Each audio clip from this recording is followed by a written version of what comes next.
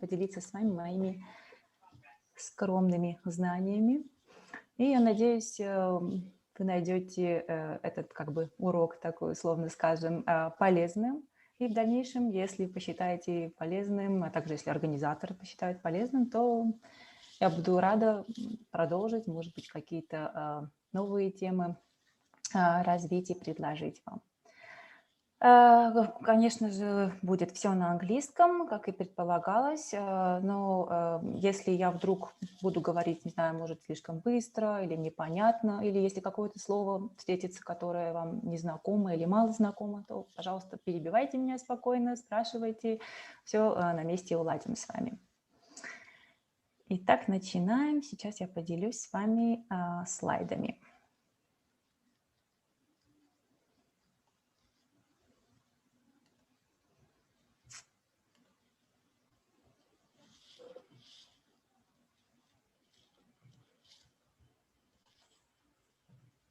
Okay, guys, so let's start. Before we start, I would like to briefly introduce myself. My name is Sona, as you already know, and I'm a project manager at Synopsys Armenia company. I've been engaged in this for about almost 15 years. But what I like most about my job is my lecturing activities. And since 2015, I've been elaborating and delivering various English courses for my students, for Synopsys Armenia Educational Department, for my colleagues, both local and in Europe. And I've been enjoying this greatly. So as you know, today's workshop will be dedicated to effective email writing. And this will be a basic workshop, actually, some basic rules, general rules. And this, of course, requires a lot of practice. And like I said, in the future, if you guys and the organizers find it useful, we may consider focusing on some dedicated, targeted topics. Okay, so today on our agenda, we have email etiquette, basic rules applicable to every email, regardless of who you're writing and what you're writing about.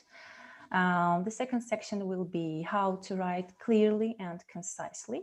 Being concise means being brief, but comprehensive, informative. A lot of slides will be dedicated to this section because this is the most important section. Then we'll address some tips on how to organize your thoughts into an effective email. We'll discuss some common mistakes that derive from, especially from Russian and Armenian. I will address some frequently asked questions, and I'll share with you some phrases that you may find useful and you may want to use in your email correspondence. And depending on the time left, we will do some little practical tasks together. Okay, so let's go. And by the way, through the course, through the training, I'll be asking you to do some exercises. So be sure to have a pen and a sheet of paper handy. Okay, good. So email etiquette. Let's start with the subject line. So a lot of us face a situation when we write a good email in 3 minutes and then we spend another 10 minutes composing a good subject line. So what are those rules to adhere to when composing a subject line?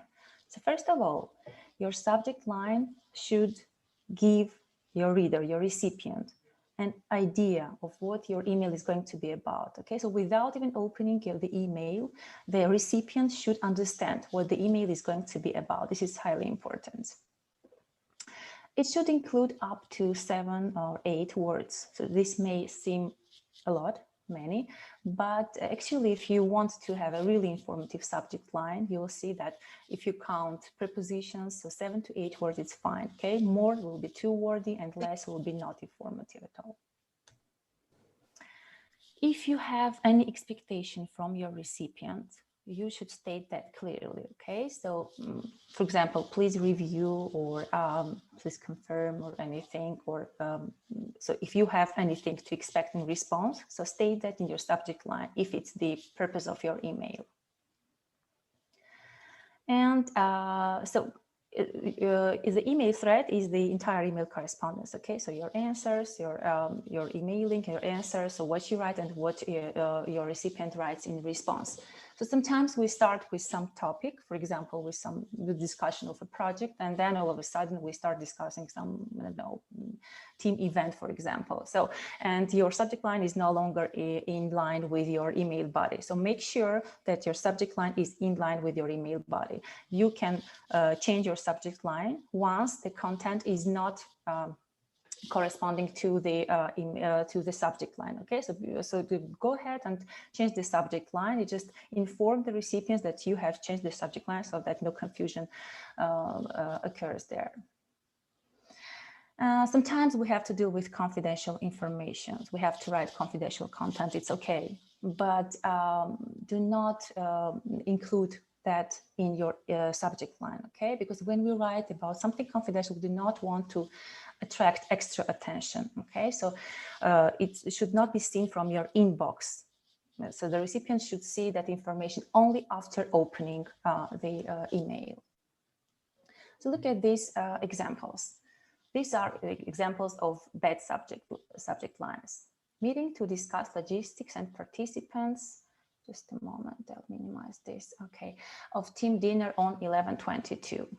So this is a two-wordy subject line. So a lot of information in this. So this can be even a dedicated email, a separate email, right? So no need to have subject line like this. Or all hands meeting update.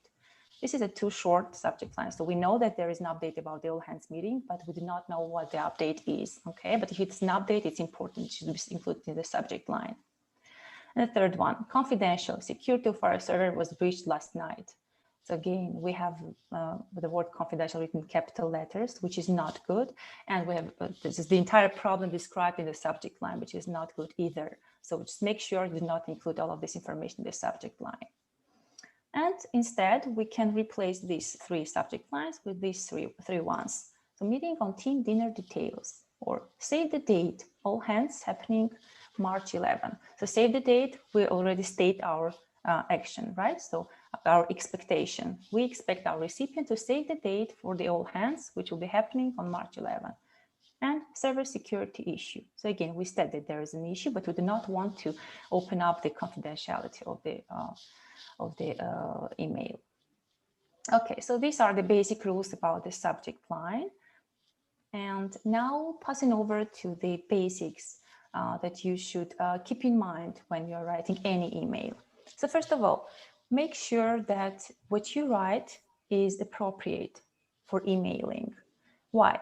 Because once you click send, it's no longer your property. You can never know who will forward your email to whom, and you will never know how your email will be used. So just before emailing, make sure that it's okay to have that in a written form, okay?